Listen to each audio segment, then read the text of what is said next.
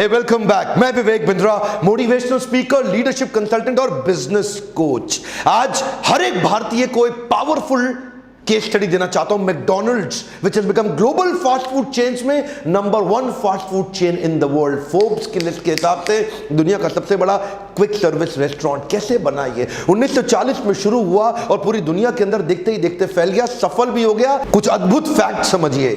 Most visited restaurant in the world 3 minute के अंदर burger बना देता है, मोस्टली 185 सेकंड्स के अंदर। दुनिया भर के अंदर 37,000 आउटलेट्स बना लिए हैं, 115 कंट्रीज के अंदर सर्व कर रहा है। बर्गर किंग आज तक 14,000 पे पहुंचा, ये 37,000 पे है।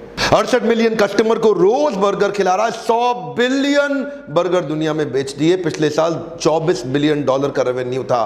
4.25 लाख एम्प्लॉइज। और ये रोनाल्ड मैकडॉनल्ड है ना, ये सेंटा क्लॉज से ज्यादा फेमस हो गया बच्चों के अंदर। बच्चे सेंटा क्लॉज को भूल गए दुनिया भर में, उनको मैकडॉनल्ड याद रह गया है। हर एक भारतीय को ये वाली केस स्टडी पूरी देखनी चाहिए, शुरू से लेकर आखिर तक 2-3 बार 4 बार देखिएगा। 100 बिलियन बर्गर से ज्यादा बेच चुके हैं। मेरे को समझ में नहीं आ रहा है, ये 7.5 बिलियन की टोटल पॉपुलेशन, ये 100 बिलियन से ज्यादा बर्गर बेच गए। इतनी स्पीड ये कैसे किया? बहुत सारे पॉइंट शेयर कर सकता हूं, लेकिन क्योंकि वीडियो लंबा हो जाता है तो आज मैं आपको 7 स्ट्रैटेजी शेयर करूंगा। और आज की पहली स्ट्रैटेजी है power of systems and repeatability.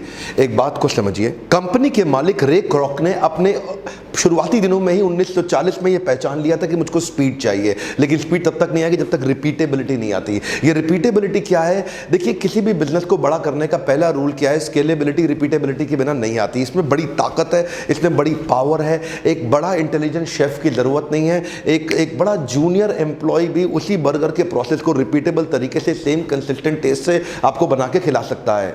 अगर डुप्लीकेबिलिटी और रिपीटेबिलिटी आपके सिस्टम में आ जाती है तो आपका बिजनेस बड़ा करना तुरंत आसान हो जाता है।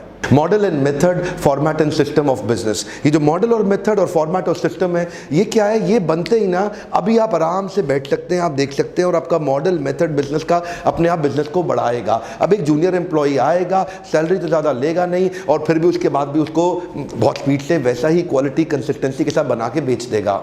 ध्यान रहे, पहले ही पॉइंट में आपको फिर बता देता हूं हमारे लीडरशिप फनल प्रोग्राम के बारे में। जो लोग नहीं जानते, जो नए आए हैं हमारे इस चैनल पे, वो लोग जान जाएंगे कि हम लोग अपने लीडरशिप फनल के अंदर बिजनेस फॉर्मेट और बिजनेस के फ्रेमवर्क्स देते हैं। यूट्यूब पे मैं आपको नॉलेज दे देता हूं, यूट्यूब पे आपको वीडियोस दे देता हूं। तो नॉलेज और वीडियो से कुछ तो काम चल सकता है, लेकिन जो इंप्लीमेंट करना चाहते हैं, जो लोग सीरियस एंटरप्रेन्योर हैं, वो बिजनेस के फॉर्मेट और फ्रेमवर्क सीखने के लिए, समझने के लिए इस 6 महीने के प्रोग्राम में हमारे पास आते हैं।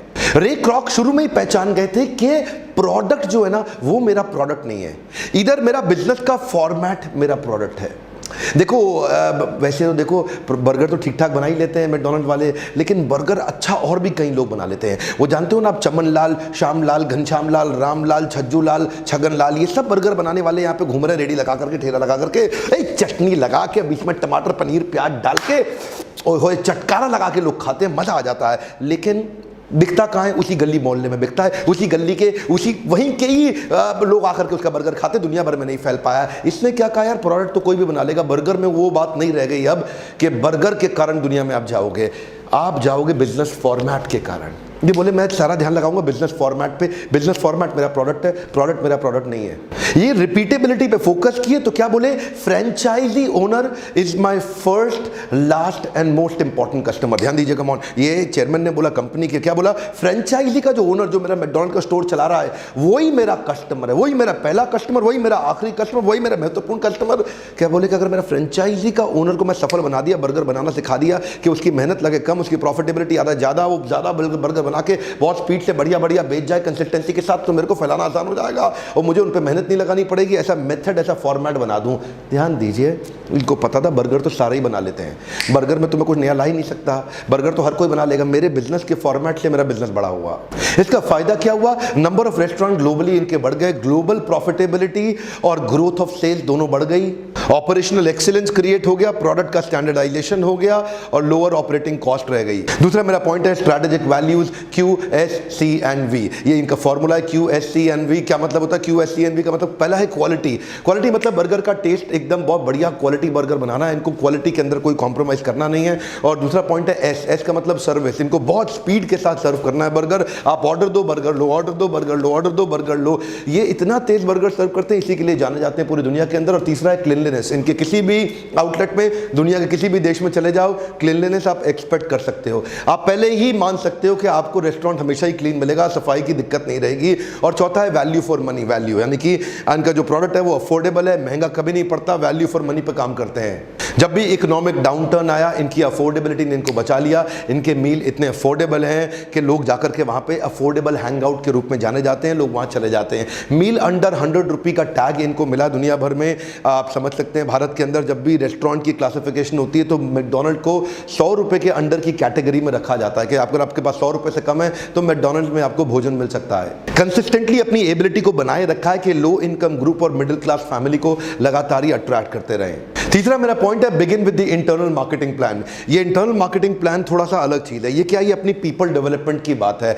देखो, मार्केटिंग प्लान से लोग समझते हैं कि बाहर सबको मार्केट करो ताकि लोग मेरे पास आए, लोग मेरे पास आए, बढ़िया मार्केटिंग हो जाए। ये क्या कहते हैं, बाहर की मार्केटिंग बाद में करो, बाहर के कस्टमर को बाद में बुलाओ, पहले मेरा अंदर का जो कस्टमर है ना, यानी कि मेरा अपना एम्प्लॉय, पहले उसके अंदर मार्केटिंग करूंगा। जब भी नया प्रोडक्ट लॉन्च करते हैं पहले अपने एम्प्लॉयज़ को खिलाते हैं, उनसे उनके फीडबैक्स लेते हैं, उनका बड़ा ध्यान रखते हैं, उनको कंटिन्यूसली ट्रेनिंग देते हैं, उनको कई प्रकार के, उनको फ्री खाना, मतलब कभी भी मैकडोनल्ड का एम्प्लॉय कितना भी कुछ खाना चाहे उसको फ्री खाने के ऑप्शन है।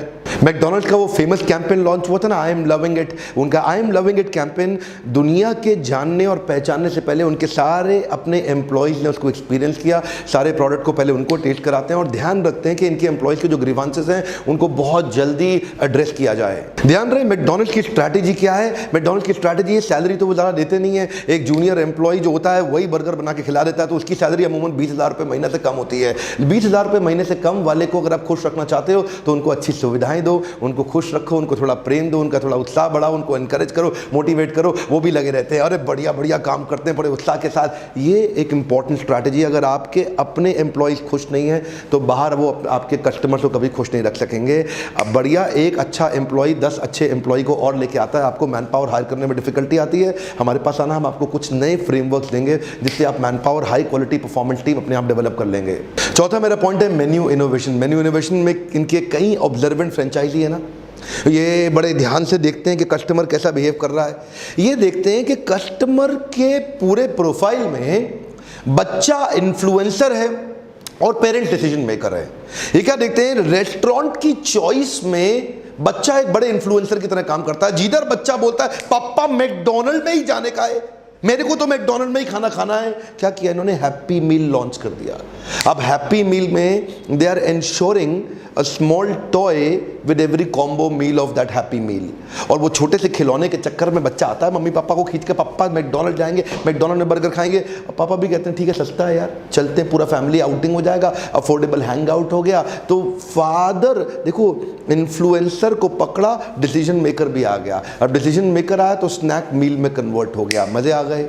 इनके फ्रेंचाइजीज FSN एनालिसिस करते हैं। आप समझते हैं लीडरशिप फनल में मैं सिखाता हूं, जो लोगों ने लीडरशिप फनल अटेंड किया वो समझते हैं। FSN होता है fast, slow, non moving. McDonald's बड़ा रैडिकल डिसीजंस लेता है अपने प्रोडक्ट लाइन को कट डाउन करने पे, बहुत ही कम लिमिटेड प्रोडक्ट लाइन रखता है।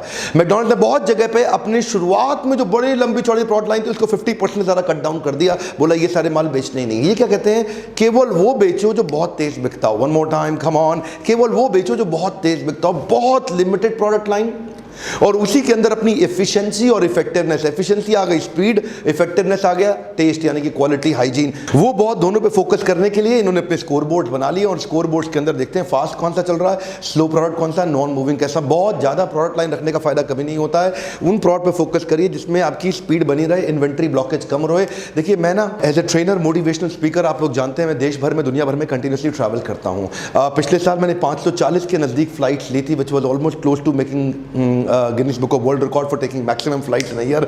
इसी दौरान मैं भी बहुत जब तेज ट्रैवल करता हूँ, 300 से 400 होटल्स में मैं बुकिंग करता हूँ एक साल में अपने रुकने के लिए। कभी कुछ घंटे इस होटल में, कभी कुछ घंटे इस होटल में, कभी कुछ घंटे उस होटल में। उसी दौरान मैं वहाँ पे शेफ से पूछता हूँ आपका हाईएस्ट सेलिंग सिग्नेचर डिश कौन सा है, जो आपके यहाँ एकदम सिग्नेचर डिश और आपके यहाँ बहुत तेज सेल होता है, बड़ा लोग पसंद करते हो। मैं देखता हूँ उमन सारे होटल में है, वो लोग क्या बोलते हैं, यहाँ तो सब कुछ चलता है जी, यहाँ तो सब कुछ बिकता है जी। कम ऑन, ये बहुत बड़ा गलती है। आप अपनी सिग्नेचर डिश बना के उसको आइडेंटिफाई करके उसके चक्कर में बहुत बड़ा ट्रैफिक अट्रैक्ट कर सकते हैं। मैकडॉनल्ड्स यही करता है, बहुत ज़्यादा चीज़ों पे फोकस नहीं करता, उन लिमिटेड वैरायटी पे फोकस करता है जिससे उसकी डिलीवरी के अंदर एक्सेलेंस आ रही है। अगला मेरा पॉइंट है, coined the term fast food. ये जो फास्ट फूड बना है ना, ये मैकडॉनल्ड्स के चक्कर में बना है। ये फूड के आगे जो फास्ट लगा है, ये मैकडॉनल्ड्स ने लगा है। ये जो क्विक सर्विस रेस्टोरेंट हुए, ये मैकडॉनल्ड्स के कारण आए। मैकडॉनल्ड्स ही इसका जन्मदाता है इन फास्ट फूड रेस्टोरेंट्स का। मैकडॉनल्ड्स कहता है जिस भी प्रोडक्ट को बनाने में 5 मिनट लग जाए, 5 मिनट, मेरा कस्टमर 5 मिनट वेट करेगा, ये बनाने का ही नहीं, कैंसिल कैंसिल। ऐसी चीज बनाओ जो कस्टमर ऑर्डर दे, वो पीछे आवाज मारे, ए आलू टिक्की विदाउट अनियन, पीछे से आ गया, ए पकड़ आलू टिक्की विदाउट अनियन। ऐसा इतना स्पीड चाहिए। मैकडॉनल्ड्स कहता है मेन्यू में वो आइटम रखो जो वो ऑर्डर दे और पकड़ा दो, ऑर्डर दे और पकड़ा दो। वो भी हैरान हो जाए, यार मैंने ऑर्डर दिया भी तो विदाउट अनियन दिया है मैंने, हाँ मेरे को तो जैन बर्गर चाहिए, ए आलू टिक्की जैन बर्गर विदाउट अनियन जल्दी भेज। और आ गया आ गया आ गया, इतना तेज कैसे आ गया ये बिना अनियन के? हारे देखो ना, ये कहते हैं वो चीज मत रखो जिसको बनाने में टाइम लगता है, उस पर फोकस करो तो जल्दी बनता है। Sold over billions of burger world wide, 180 second में बर्गर बना रहे हैं, जिसके कारण इनका, वो जानते हैं ना, ड्राइव थ्रू, गाड़ी में आओ बर्गर ऑर्डर करो, अगली खिड़की से बर्गर लेके निकल जाओ। इनका drive through global revenue output के अंदर 50% तक कंट्रीब्यूट करने लग गया। ड्राइव थ्रू में चैंपियन होगा, दुनिया में और कोई कर नहीं रहा। ये मैकडॉनल्ड ही है जो जी हाँ जी ऑर्डर दिया, मुझे ये भी चाहिए, ये भी चाहिए, ये भी चाहिए, ये भी चाहिए, ये भी चाहिए, पैसे पकड़ो, उसने बिल दिया, बोला अगली खिड़की पर जाओ, अगली खिड़की पर पहुंचे, आपका ऑर्डर रेडी। क्या ऑर्डर रेडी? अभी तो मैंने बिल, अरे ऑर्डर रेडी, हाँ रेडी। इसको क्या बोलते हैं? इसको बोलते हैं एक्सीलेंस क्रिएट कर दिया इन्होंने। फास्ट फूड इन्होंने ही चालू किया, दुनिया भर को हिला दिया। छठा पॉइंट क्या है? Local people, local product, local price. क्या मतलब हुआ? ये क्या करते हैं, ये मैन पावर लोकल हायर करते हैं ताकि लोकल लोगों के साथ में वहां पे डील करने में आसानी हो जाए, उनके साथ इनका रिलेशनशिप आसानी से बनता है कि साउथ इंडियन में साउथ इंडियन लोग रखेंगे, नॉर्थ इंडिया में नॉर्थ इंडियन रखेंगे। देखिए ध्यान दीजिए, ये प्रोडक्ट लाइन को भी लोकलाइज करने की बहुत कोशिश करते हैं। जब आप ग्रीस में जाएंगे तो ग्रीस के अंदर ऑर्डर करेंगे तो वो ग्रीक स्टाइल के अंदर बनाएगा और वहां पे आपको एक ग्रीक मैक बर्गर खिलाएगा। इंडिया में आएंगे तो महाराजा बर्गर, महाराजा मैक बर्गर खिलाएगा। दोनों में वो वेरिएंट्स वैसे ही बनाते हैं जैसा लोकल वहां का जो टेस्ट है। ये क्या करते हैं, ये कहते हैं एक स्ट्रैटेजी टीम बनाओ और बैठ जाते हैं। ये लोकल मार्केट में जो लोकल कॉम्पिटिटर है ना, इनको उखाड़ने के लिए हमारे को लोकल टेस्ट लाना पड़ेगा। तो ये स्ट्रैटेजी रिव्यू के लिए बैठते हैं सारे और सोचते हैं इस मार्केट में कौन कौन बेच रहा है, इन सबको कैसे खत्म करें और मैकडॉनल्ड्स में ऐसे क्या नया प्रोडक्ट लाइन लेकर के आए और उसमें भी स्पीड, एफिशिएंसी, वो जो सारे उनके जो है ना पुराने वैल्यूज, उसको उसके अंदर इंटैक्ट रखेंगे और वो सोच करके स्ट्रैटेजी रिव्यू मीटिंग करेंगे एक बैठ करके, ताकि हम प्रोडक्ट लाइन को यहाँ पे आकर कस्टमाइज कर सकें। इसको बोलते हैं लोकल रिस्पॉन्सिवनेस और ग्लोबल इंटीग्रेशन। जो पीछे के प्रोसेस हैं वो सारे ग्लोबल हैं और जो प्रोडक्ट है वो लोकल है। ध्यान दीजिए, जो स्टैंडर्डाइजेशन प्रोसेस है वो ग्लोबल है और जो प्रोडक्ट है वो लोकल है। अब इसे क्या बोलते हैं ये लोग? उसको बोलते हैं रीजनल स्ट्रैटेजी। ये हर जगह अब रीजनल स्ट्रैटेजी पे फोकस करते हैं। खास तौर में इन्होंने शुरू में ही चेक कर लिया था, जब ये अपने शुरुआती दिनों में यूएस को छोड़ के एशियन कंट्रीज में आने शुरू किए तो इनको अमेरिकन प्रोडक्ट वहीं छोड़ने पड़े। यहाँ पे आकर के एशिया में, चाइना में, जापान में, कोरिया में अमेरिकन प्रोडक्ट नहीं चलेगा। वहाँ पे उनको सी फूड और उन्हीं के हिसाब करके बर्गर में थोड़े चेंजेस लाने पड़ेंगे। अब वेजिटेरियन बर्गर दुनिया में थोड़ी कहीं मिलता है, मैकडॉनल्ड वेजिटेरियन बर्गर इंडिया में ही खिलाता है। अगला मेरा पॉइंट है, invite in with low ticket price and cross sell for high ticket size. ये बड़े तेज लोग हैं, आपको पता नहीं चलता है। ये क्या करते हैं, जब आपको अंदर बुलाना हो ना तो 16 रुपए की आइसक्रीम दिखाते हैं सॉफ्ट सर्व, 25 रुपए का बर्गर दिखाते हैं मैक आलू टिक्की। आपको लगता है ओ 16 रुपए की आइसक्रीम, 25 रुपए का बर्गर, ओ कमाल है, इससे सस्ता और कहाँ मिलेगा। आप अंदर घुस जाते हैं। जैसे ही आप अंदर घुसते हैं, आप ऑर्डर करने लगते हैं तो ये आपको क्या बोलते हैं, would you like to have fries with that, a Coke with that और अ डिजर्ट विद दैट। ये इनकी आदत है, ये would you like to have a fries with that. ये तो इतना फेमस हो गया, इतना फेमस। ये क्रॉस सेल करते हैं। क्रॉस सेल का मतलब क्या है, आप कुछ भी मांगो ये आपसे फिर पूछेगा would you like to have fries with it. ये इनके यहाँ ट्रेनिंग दी गई है, आप कुछ भी लो उसको 2-3 चीजें फटाफट से और पूछो, क्या वो लेगा।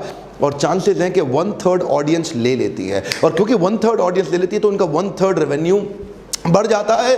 33%, 30 से 35% का इनका ग्रोथ इसी कारण हो जाता है, क्योंकि वो लेने आया था एक, ये कोशिश करते हैं उसको 2 या 3 पकड़ाने के लिए। इसको क्या बोलते हैं, लो टिकट प्राइस पे एंट्री मारता है और हाई टिकट साइज पे बाहर निकलता है। क्यों? क्योंकि वो क्रॉस सेल कर देते हैं। वो तो एक छोटे से स्नैक के चक्कर में आए, ये कोशिश करेंगे कि उसको मील में कन्वर्ट कर दें, छोटे स्नैक को मील में कन्वर्ट कर दें। एक 25 से 40-50 रुपए की आइटम को 125-150 रुपए तक ले जाएं। ये मैकडॉनल्ड्स की अपनी स्ट्रैटेजी है। पर ध्यान दीजिए, ये would you like to have a fries with it, ये इनका इतना फेमस हो गया कि चुटकुला भी बना था इसके ऊपर कि कि आप फ्राइज खरीदने जाओ तो फिर से पूछ लेगा would you like to have a fries with it. देखिए ये इनकी स्ट्रैटेजी है कि आपके किसी तरह से टिकट साइज को ये बड़ा कर दें, जिसमें आप भी ऐसा कर रहे हैं? क्या आप भी ऐसा कर रहे हैं कि कस्टमर को अट्रैक्ट करने के लिए कुछ तो ऐसे प्रोडक्ट दिखाने पड़ेंगे जिससे आपके पास ट्रैफिक आ जाए। एक बार ट्रैफिक अंदर आ जाए फिर तो आप उसको संभाल लोगे, ये भी दे देंगे, ये भी दे देंगे, लेकिन कुछ प्रोडक्ट लाइन ऐसी होनी चाहिए जिससे आपका कस्टमर अंदर आ जाए एक बार।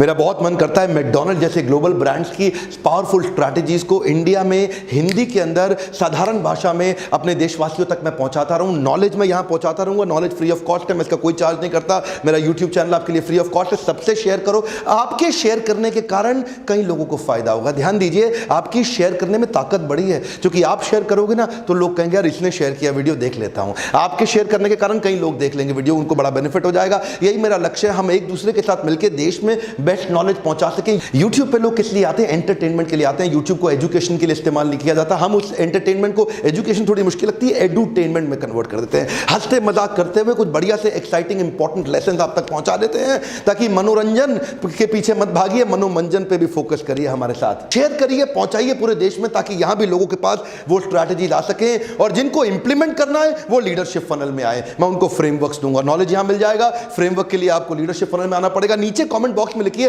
अगले कौन सी ग्लोबल ब्रांड के ऊपर आप केस स्टडी चाहते हैं।